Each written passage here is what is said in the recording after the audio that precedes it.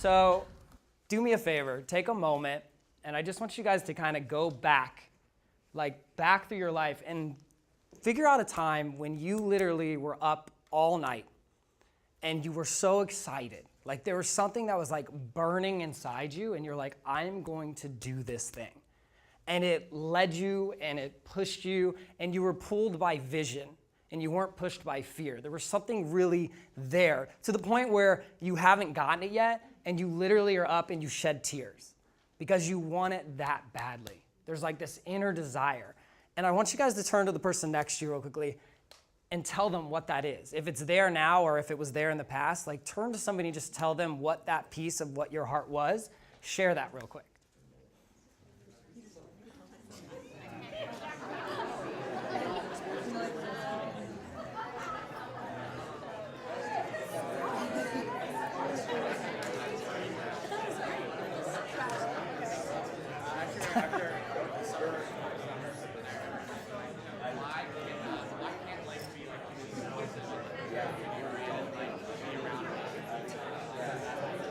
I'm serious though, like, this is sick. And then you got all teary and I'm like, yes, like bring it.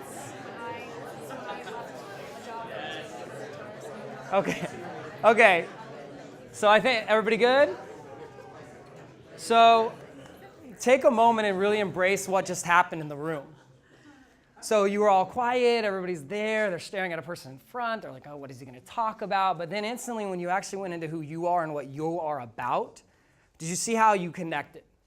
There's an instant connection when passion is involved, right? When you actually have something to share and something you want to go for. And if you don't have that, if you're doing something right now and you're not like blown out of the water, like you're not challenged. Like right now in my life, I am probably in the most challenging piece of my life right now.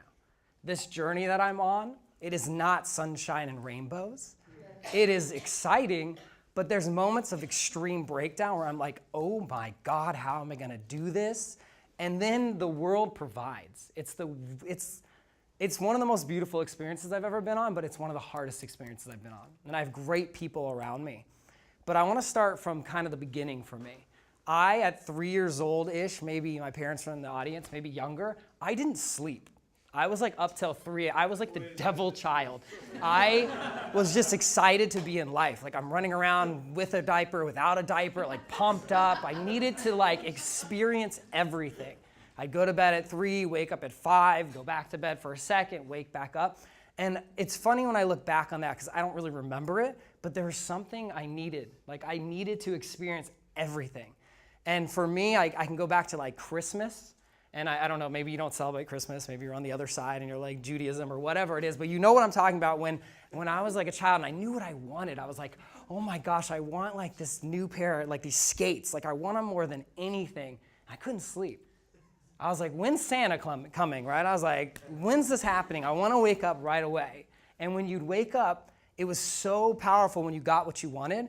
But it was interesting because then it kind of just disappeared. You were excited for a little bit, but it was really the journey of going to get that gift that like pumped you up, right? So for me, that was like my childhood. I was not a good student. No, like I did not enjoy school. I didn't like sitting in a chair, listening to somebody in the front of the room like you were all doing right now and not participating in what was going on. I hated it. I was like, question, are you sure that's what are you right? Are you sure that's true? What if you do it like this? And teachers did not really like me because I always questioned. I questioned the status quo. I didn't enjoy the fact that it was like a linear thing. It didn't work for me. So moving on, I remember like a very distinct moment. I was like a skater growing up. Skating was the first time I could express myself fully. And I expressed myself physically. I'm not somebody that I just, the mental thing and like speaking up in class was one thing, but to like speak well and talk to somebody, that wasn't my thing. My thing was like I got skates and I was the weird guy that skateboarded and inlined, okay? I was like both sides, just so you know. So I was definitely already out of the box. But I'll never forget. I go over to my next door neighbor. He's like, my next door neighbor's son, his name's Greg, and he has like these rollerblades. He puts them on. And he's like, do you want to try them? They're like 3 sizes too big. And I'm like sloppily going around in like a circle. And it like shifted my life. This one moment where I was like, oh my God, like what is this thing? And I became like a semi-pro skater. And I was the guy that was like skating, switching to a skateboard, switching back. And I just like started to express myself through this physical activity. And I built a rail in the backyard. I built a horrible like kicker, like a little like launch ramp that it was like nice and smooth, and then it like kinked up so people would like fall and get hurt, but we didn't care. We just loved it. And that was the first time I literally would do something for 4 hours straight and time disappeared. Money didn't mean anything. I was just doing it because it was like who I was and what I wanted, right? It was like, you guys know what I'm talking about, right? That thing like right here that you hit and like you, whatever it is that you're looking to do, like for me, it was like the next trick. And when I mastered it, I was like, oh, what's next? Moving on to the next thing. So that was like the first piece of me where I went, okay, I'm a physical person. I need to like physically express myself. I feel a little weird. I don't talk to too many people. That's how I felt. And it was interesting. I always felt I thought differently. I'm like, anything's possible. Like, I'm so happy. Talking to people's weird, but I still kind of do it. But I like to express myself through like skating and things like that. That's what I would do. And I'll never forget, I think I was like 15. I'm at the skate park and this little kid's next to me and he's like scared to death to drop in on this like 10-foot quarter pipe. And I'm like, what? Like, what's wrong? And he's like, I'm scared. Right? It's probably just like that, right? He has like his helmet on, he like does it. I'm like, don't be scared. Like, if you don't take that first step, you'll never know if you can do it. Like, I'm like 14, these weird things come out of my mouth. And I think it's like connecting to source. Like, I think something's speaking through me. So I tell this kid, I'll never forget, he drops in and he falls. And I'm like, oh, and I feel bad, right? I'm like, okay, try it again, let's try it again. So I get him to come back up and he does it. And that moment of triumph, when you actually succeed, it was better for me than it was for him because I was like, woo, like, are you kidding me? And this kid's like, yay, like skates away, doesn't care. And I was like, oh my God, being a teacher is something special. Like, when you can have somebody do something, and I learned the formula where you basically, you learn, you do, you teach. And the learning is wonderful, the doing is like incredible, but the teaching changes the game because it engraves it inside you. So that was like 13 to 17. 17 years old, my sister decides she wants to come down from Central California, and she says, you know what, I'm gonna be an actress. I'm like, is that what happens? You just like figure it out and you're gonna do it? I was like, I'm gonna go meet you in Phoenix. All the Phoenix people in the room, this is like part of my journey. I go to Phoenix, I'll never forget, I don't know where it is, it's like off of 7th Street or something, but you know those buildings that do like the rainbow building? Do you guys know what I'm talking about? It's near the stadium, right? Like I went to this place and I'm going to support my sister, and they go, hey, come up here. Like, they're all like, basically it's like 100 people, it's like a cattle call, and you go up, you're like, hi, my name is blah, blah, blah, and I am blah, blah, blah. And you like say this thing, and they're like, that's great, film it, pay me $1,700 or whatever it is. But they're like, come up. And I'm like, okay. So I was like, I don't really want to do this acting thing. I might want to do directing maybe. And they go, okay, well, why don't you just try to do like this acting thing? So they made me do like some cheesy like Cheetos line or something, and I was like, ha, and I smile. And they're like, that's awesome.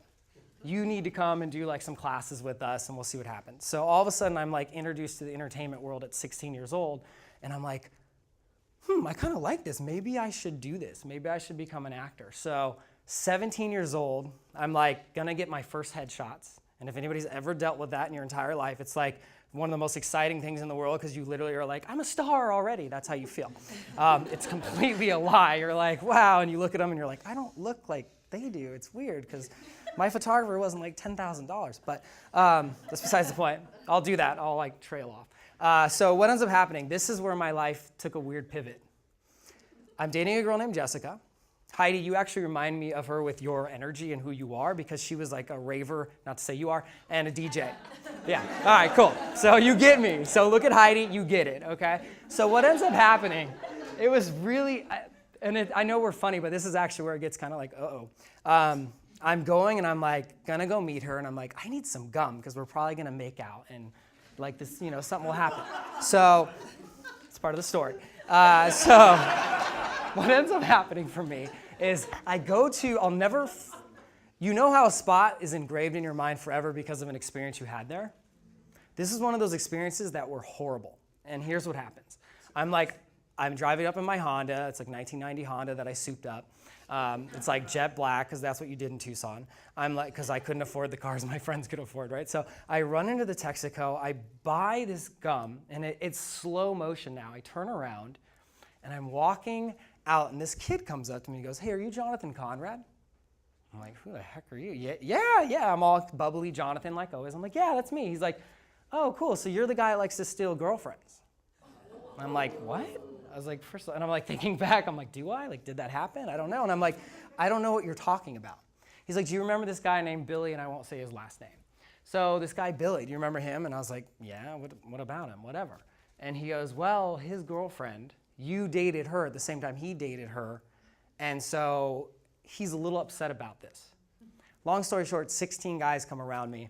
I'm 1 week away from getting my headshots. And I have two choices, okay? I have the choice to be the man that most men say you should be, which is stand up and fight, which to me, I don't know, maybe I'm more of a lover than a fighter, but I was like, this sounds stupid. Why would I try to I took karate, but I'm not gonna win with 16 guys. It's like a guy with a pencil and a guy with a gun. It's not gonna work out. I'm gonna lose. So I was like, fine. They made me get on my knees and say I'm a little bitch. 17 years old. And it still hits me. I let it in the back of my brain. I was like, no biggie, whatever. I'm happy, Jonathan, let it go. I didn't realize it until many years later what it actually did to affect me. Because I had a difference when I was talking to men versus women. I was all good with girls and funny and flirtatious and it was chill. But with men, I was like, yeah, hey bro, what's up? And I shifted as a human being from one experience in my life, completely shifted. I didn't get it. So that's 17. So I moved to Los Angeles, California at 18 years old. I'm like, this is incredible. In the midst of all of this, my sister, who has mental illness, who decided to go into drugs, alcohol, stripping, the whole 9 yards is happening while I'm out in Los Angeles and I'm doing my thing and I'm trying to become Jonathan, the person that I think I am. And I was running away from Arizona, by the way. I made those choices and I didn't get the fact that I was actually leaving because I was afraid of who I was considered in Arizona and I wanted a place to start over. I didn't want one person to know who I was. Because the experience of 17, I'll tell you the little piece of it that's the worst. I switched schools at 17 and I went from a private school to a public school and the gang that jumped me were all at the public school. First day I walked into the cafeteria, they're like, oh, it's the little B. And every single time I walked around a corner, I had to be careful just in case there was a hit in the stomach or something, right? So that does something to you, even if you try to retract it and you don't pay attention to it. So continue on the acting journey. And I'm like, I love storytelling. I love that piece of my life, but something isn't fulfilling me. And you guys know what I'm talking about. Even when you're doing something that seems incredible, if it's not, you feel burnt out and it doesn't hit you. And I was like, this just isn't working for me anymore. Something needs to change. And a friend of mine, I'm 23 years old, about to turn 24, goes, hey man, I'm starting a business. I want you to come over and take a look at it. I think it's something you might dig. I'm like, what the heck is this kid talking about? He's a waiter at P.F. Chang's. Why is he trying to tell me to look at a business? I'm like, all right, bro, I'll be over in a second. I'm like, why is he all businessy and stuff? This is really weird. I'm like, well, will I see you at work tonight? He's like, yes, of course you will, but let's talk later about the business. I'm like, what? So I go and I see this really incredible company and I actually become a part of this company and I love it and I do nothing. I'm like, great, I'll definitely come with you and I'll work in this company for sure. And I literally go back to being this skater, surfer kid that's living the California dream. But he's very smart. He goes, hey man, I know you're turning 24 on June 15th. Why don't you come out to this event that they're holding? I'll pay for your ticket. You can stay with me in my room. I want you to experience something. And remember, in my back of my mind, I'm like, I feel a little weird. I don't feel not him at this point, but me. I'm like, I don't feel I connect with people as much. I'm very outgoing, but it just doesn't, I get weird in situations. So I go there and I walk into a room with 2,200 people and for the first time in my life, I'm like, whoa, I feel like I'm home. Because these people are speaking what I've always thought and they're showing up to this place with the thought that anything is possible. And they're talking to me and I don't feel weird at all. I just feel hey, this is my brother I've known for years. And through that's when mentorship and coaching came into my life. It was when the moment I went, I have to go inside myself because I'm the only one that's going to make a difference. I can't find somebody on the outside that's literally going to make me a better person unless I'm willing to do the work. So I start going into personal growth. People like Jim Rohn, Les Brown, you name, Anthony Robbins, all these people. I start just diving into it. But something really weird happens when you do that. If you're too into it, you start missing the outside world. Because you're like, oh, I'm so good, I'm so happy, but you're not having experiences anymore because you're just trying to make yourself a better person. And something really strange happened even just recently. I started looking around at coffee shops and everybody was like this. And I went, the reason I called it Life Unedited is because, oh, I guess you don't see that. It's called Life Unedited. That's my talk right now, right? Is because we live in a world now where everybody sees the best of what people are going through and not the truth of what people are going through. So when we see our friends getting married, congratulations, like it's this beautiful, wonderful experience, but you don't see you don't see what really goes on. Like Amanda and I have our wonderful moments, but you don't see the real moments of all relationships, right? And that's the funny thing about it. When you're on Instagram and Facebook, all these companies started coming in and like saying like, show your best life. Show like the best thing, and everybody starts doing the comparative thing. And that really started bothering me because it's funny that in order for us to connect, we actually have to disconnect. And there's a fight to do that. Because if I want to have a conversation with you, I don't want to text you, I want to talk to you. Because I want to know the true who you are, not the electronic who you are, which is just a whole edited version of what your life looks like. So for me, I started realizing that in life, there's got to be something special about human beings making real connections. And that's why you see all these companies coming out trying to give human experiences. Because we're going away from that a little bit, right? And I was like, I just remember going back and I was like, wow, like here I am. I'm watching all these people and I'm seeing their great lives and I'm feeling kind of bad because I didn't get to go to Fiji with like some person and I didn't get to do this and the I didn't get to started happening. And that's not really real because you know your life is your life. Your moment is your moment. And like we all have wonderful things, but I guarantee you everyone in this room has had a really hard moment. When I shared the story about Texaco, every time I go by the gas station, it replays in my mind. Everybody's experienced that. Everybody's had that moment. When I talk about my sister, if you have anybody with mental illness or has drugs and alcohol abuse, like I'll tell you one of the hardest things in my life was when I went to the strip club to pick her up and a guy told me her stage name. He said, that's the best dancer in here, you should get a lap dance. And then my sister comes out and goes, that's her, all excited. That's a weird moment for a 22-year-old kid to experience, right? But as I started doing growth and I started like getting mentorship in people, I figured something out. I figured out that like you have the option to make your eyes not only just taking things in, but projectors that make what you want in front of you. You can take any obstacle, anything that's happened, you can make it whatever you want. So for me, I started looking at my sister and I said, you know what, my sister's going through a tough time. I can either choose to like alienate her or I can choose to love her.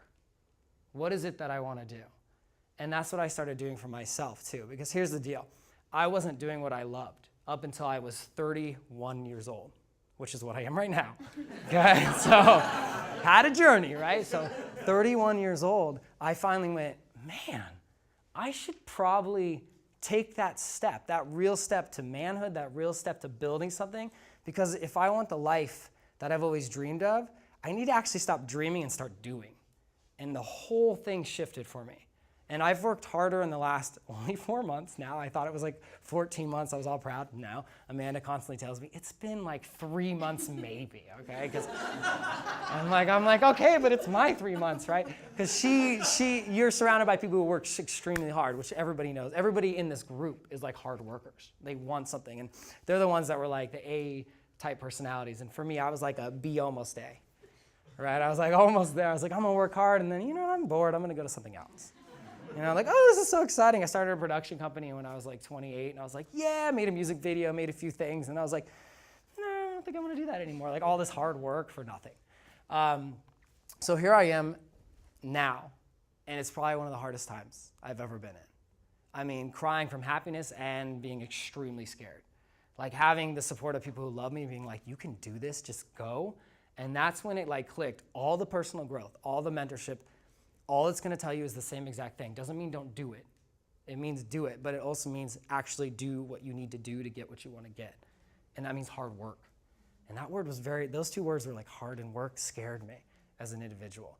And now it's actually funny because the more you break down, the more you're actually growing. So if you're sitting in a comfort zone right now, you're not growing and it's probably a little boring of a life. And I watched Amanda and people that I love and care about explode into these amazing people and build something off of nothing. And I was like, man, if they can do it, I can do it. And that's the inspiration everybody has when you actually do the thing you're meant to do. the passion that you actually have inside yourself. And I guess the final thing that I'll share, I don't know what time I'm at because it's like 15, but so the piece of it to me is like find somebody you love and let them be your mentor. And what I mean by that is it doesn't have to be the loved one. Like Amanda to me is like a mentor. She's somebody that we mentor each other, but like when I need like a whooping, I can accept it from her, and she really aligns me to what needs to be done. And that's part of like being in love with somebody. And my whole philosophy in life, after everything I've done, all the experiences I've had, all the good and the bad, is like live your life in love. So and the last thing too, I will add the last thing that I wanted to put, I had this whole thing laid out that I was going to talk about, and then I was like, whatever, just share your heart. That's me. Is like we lose the present moment.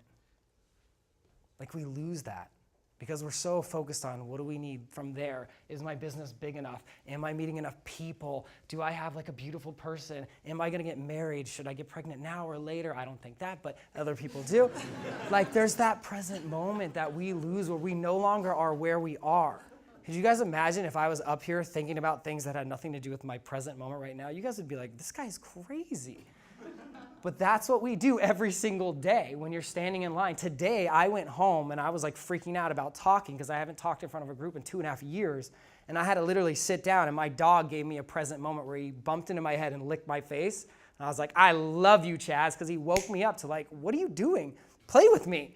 I'm here. I'm present. Love me. And I was like, that's life.